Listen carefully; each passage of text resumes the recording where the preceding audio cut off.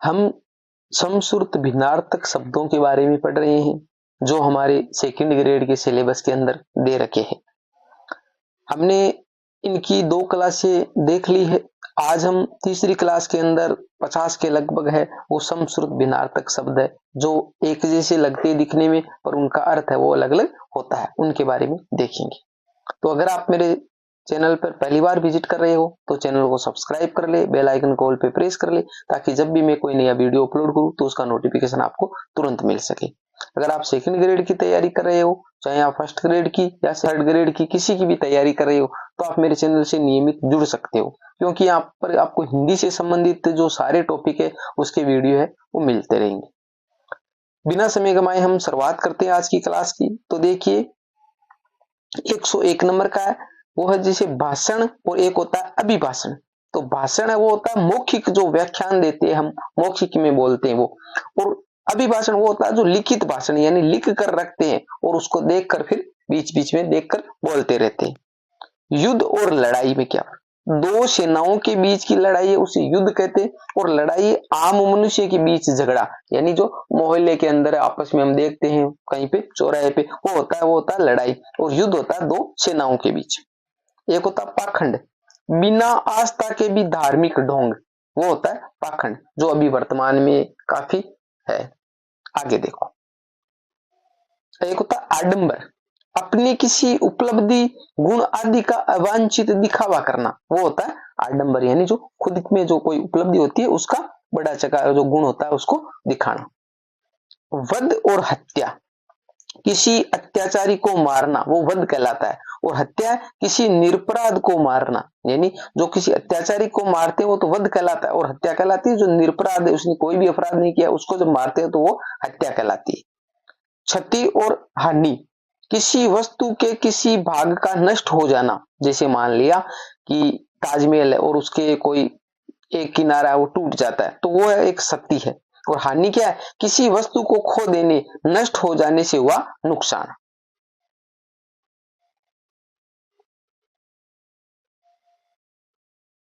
मकान और घर, ईंट पत्थर गारे से बना आवास स्थल यानी जिसके अंदर कोई भी नहीं रहता है वो मकान है, और घर है परिजनों का समूह जिनके साथ जीवन यापन किया जाता है वो घर है यानी उसके अंदर कुछ लोग रहने लगे परिवार रहने लगे तब वो घर कहलाता है, बाकी वो मकान है।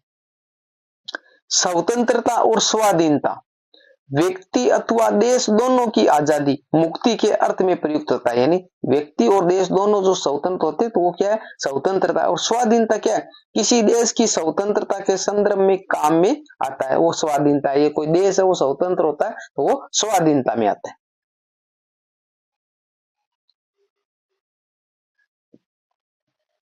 समय और अवधि, काल विशेष वो समय है, और अवधि क्या, समय का निश्चित भाग वो एक अवधि है। स्पर्धा और प्रतियोगिता, किसी से अधिक उन्नति करने की इच्छा वो क्या स्पर्धा, जैसे मान लिया कि ये नंबर आए 60% और आप सोच रहे हो मैं 70% लेके आऊंगा तो वो एक स्पर्धा है उससे आगे बढ़ने की। और प्रतियोगिता क्या, किसी भी क्षेत्र में श्रेष्ठता ज्ञात करने के लिए आयोजित परीक्षा। संदेह और संशय, अनिश्चित ज्ञान, संदेह क्या अनिश्चित ज्ञान, जिस प्रकार आपने रस्सी को देखा और अंधेरे में ऐसे लग रहा है कि वो सांप है तो वो एक संदेह हो गया। और संशय विश्वास का अभाव, किसी भी चीज पे आपको विश्वास नहीं होता है, कोई कहता है कि ये ऐसा होता है तो आप कहते हो नहीं ऐसा तो नहीं होता है तो वो संशय है।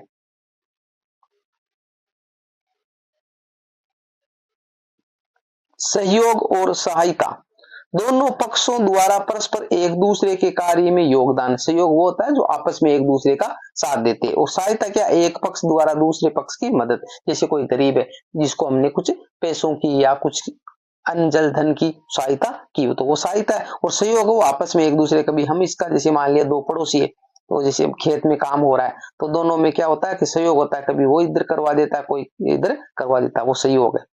पौराणिक और प्राचीन, पुराण साहित्य से संबंधित जो नवीन न हो वो क्या पौराणिक है, और प्राचीन क्या बहुत पुराना। पारिश्रमिक, किसी निश्चित श्रम के बदले दी जाने वाली राशि। और वेतन क्या है, किसी की सेवा के बदले दी जाने वाली राशि, किसी की सेवा के बदले दी जाने वाली वेतन वेतन है। और पारिश्रमिक है जो कोई श्रम करते हैं वो। क्षमता, कार्य करने की शक्ति, वो क्या है, क्षमता कहलाती है। और योग्यता, किसी कार्य को संपन्न करने का गुण, वो योग्यता है। प्रगति और उन्नति, किसी कार्य की बढ़त, यानी जो आगे आगे हम बढ़ते हैं तो वो प्रगति है। और उन्नति क्या, किसी व्यक्ति की विशेष तरक्की, कोई व्यक्ति यानी कार्य जब बढ़ता है तो वो प्रगति में आता है, और कोई व्यक्ति आगे बढ़ता है तो वो क्या आता है, उन्नति में आता है। नूतन और नवीन, हाल का ताजा, जो अभी वर्तमान में जैसे अचानक से कोई पैदा हो तो वो नूतन है। और नवीन क्या, नया, जो पहले देखा सुना न गया हो, वो है नया। उपस्थिति और विद्यमानता, मनुष्य की उपस्थिति होती है मनुष्य की, जैसे कोई मनुष्य वहां पर इकट्ठे हुए, जो उपस्थित हुए।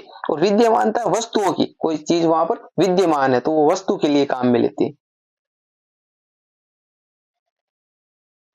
उपहास और व्यंग्य, किसी की हंसी उड़ाना उपहास कहलाता है। और व्यंग्य क्या, किसी चुभने वाली तथा अन्य अर्थ देने वाली अभिव्यक्ति से उपहास करना, यानी कोई चुभने वाली बात कहना। उपहास का मतलब तो ऐसे किसी की हंसी उड़ाते हैं हम, ठीक है। और व्यंग्य वो जो कोई चुभती बात कहे, हम ऐसा कुछ कटाक्ष में कहे।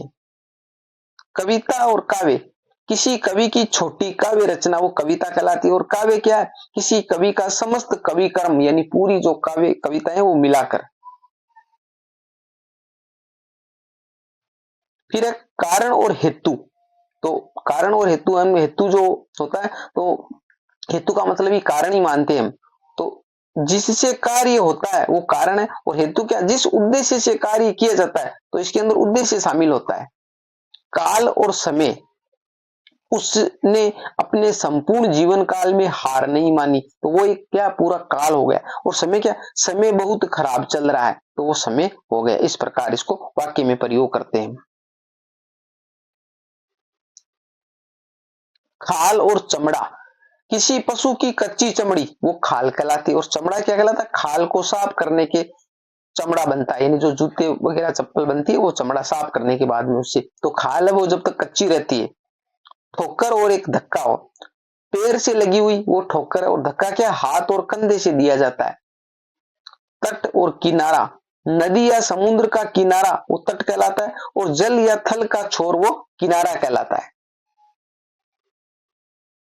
इसके बाद में पवन और समीर, कभी धीरे धीरे कभी तेज चलने वाली हवा, वो पवन कहलाती है। कभी तेज चलती है कभी धीरे चलती है। और समीर क्या है, शीतल और धीरे धीरे चलने वाली हवा, यानी जो जैसे मान लिया कहीं बैठे हैं और धीरे धीरे जो ठंडी हवा, वो शीतल हवा चल रही है धीरे धीरे, तेज नहीं, तो वो है, वो समीर कहलाती है। तो अलग अलग जो शब्द होते हैं उन शब्दों का अलग अलग जगह प्रयोग किया जाता है। इसका प्रयोग अगर सही तरीके से नहीं किया जाए तो अर्थ का अनर्थ हो जाता है। तो इसका नॉलेज भी हमें होना जरूरी है। ये हमारे सिलेबस के हिसाब से भी महत्वपूर्ण है। तो दूसरी बात है, जो दैनिक जीवन में हम काम में लेते हैं उसके हिसाब से भी महत्वपूर्ण है। तो हमने 150 जो समश्रुत भिन्नार्थक शब्द है उसके बारे में देखा है। उम्मीद करता हूं मैंने छांट कर यहाँ पर लिए है, आपके एग्जाम में इन्हीं में से देखने को मिल जाएंगे। अगर वीडियो पसंद आई है तो इसको लाइक करिए, अपने दोस्तों के साथ में भी शेयर कीजिए। अभी तक आपने चैनल को सब्सक्राइब नहीं किया तो सब्सक्राइब जरूर कर ले। मिलते हैं अगले वीडियो में, तब तक के लिए जय भीम, जय भारत।